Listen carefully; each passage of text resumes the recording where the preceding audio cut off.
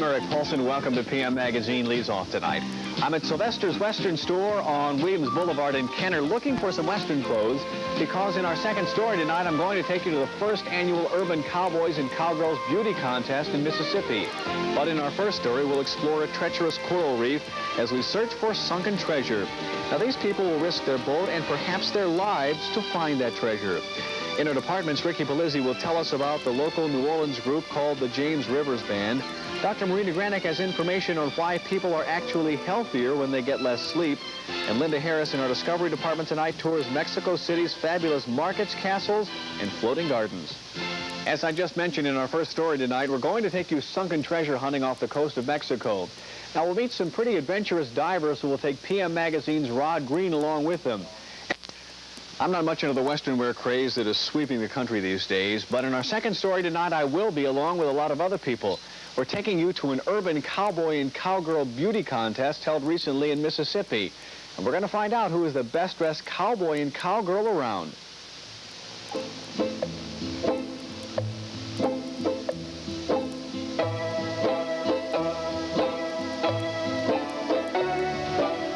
Howdy.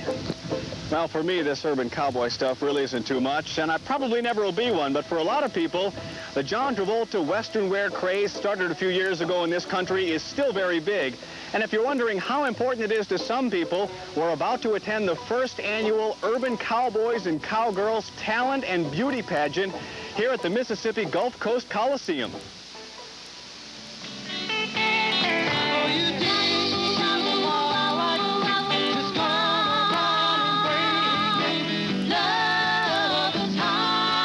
Is appropriately kicked off with music from two urban cowboy entertainers, Burley and Brian. Do you think that I should take pride before I let this thing happen to me? Darling, I would rather to the sea. I know you think this rhinestone-studded duo claims to be the epitome of what the urban cowboy is all about. The pageant is about us. Let's put it that way. It's about us, the urban cowboy people. And that's what we are. That's what we represent. And that means this is going to be one flashy pageant. For a preview, just peek into the dressing room where the contestants are getting ready for a bronco-busting performance.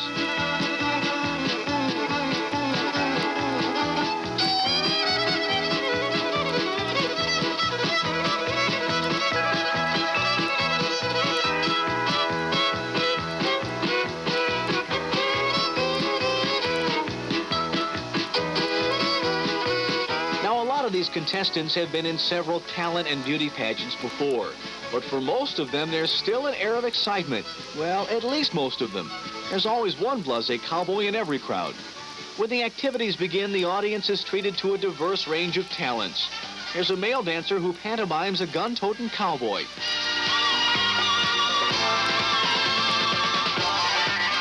And how would the Wild West have made it without some female entertainment?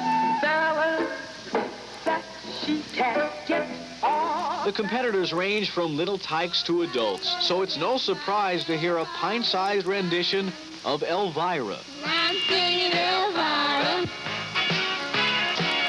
Elvira, my heart's on fire, Elvira. This slightly older crooner quickly catches the eyes and the ears of the judges. I'm gonna swim for down in New Orleans, but traveling these highways, been doing things my way. And one of the more popular contestants is a real dummy. Billy, you know what you look like with this little hat on? Yep, like a rhinestone cowboy. No, Billy, you look like a little dummy with a hat on. Look, better than looking like a big dummy with no hat on at all. Speaking of which, there are some urban cowboys who may dress the part, but don't necessarily feel comfortable about it. You guys look good in this stuff. I feel kind of funny in this Western outfit. Oh, no, you look natural. You look good. Are you kidding? You look I thought that's the way you always dressed. No? No, I've seen you with your tennis shirts, you know. But that looks natural on you. It really does. I don't look stupid? You devil, you. Of course not. Well, dressing up in Western wear isn't so awkward when everybody else looks the same way. And in most cases, flashier than this cowboy. But these outfits don't come easily. It costs quite a bit. Something like this costs about $75. This was about $2.50. They have a daddy who can sew. I do all their clothes. I feel pretty, and my mother got this outfit at Kmart.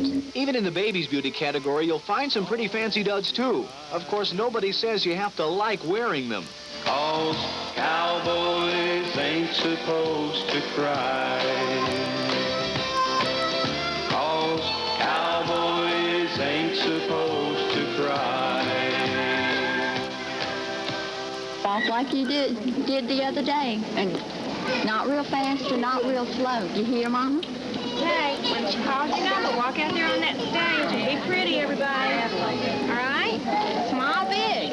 Now, seeing all this parent participation makes one wonder who the pageant is really for, the children or the parents. The pageant's promoters, Kay King and Penny Sullivan, say it's the latter. I think it's the parents. Yeah, more than more the than children. For the And I think they all enjoy seeing their children on stage. You know, they'll do anything to get recognition for the children. Don't let your babies grow up to be cowboys. Don't let them pick guitars and drive their own trucks. Let them be doctors and lawyers and such. Well, this family affair applies to more than just tots. There are big boys and girls strutting their stuff as well.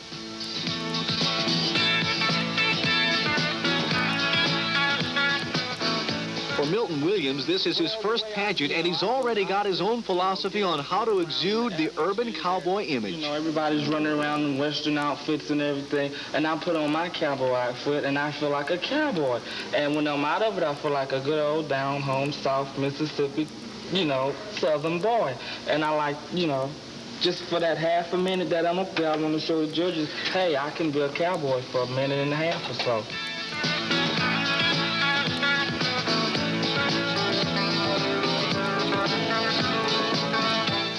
The competition is stiff, but Milton has done something right. He's copped 2 awards, one for appearance and the other for fashion. I just can't believe it. I'm so excited, I don't know what to say. Well, don't say anything, Milton. Just take your cues from the younger, more experienced urban cowboys. While they accept their trophies, there are other little cowpokes out there riding the ranges in their dreams. As I mentioned, this is the first urban cowgirl and cowboy beauty contest, but the promoters hope to make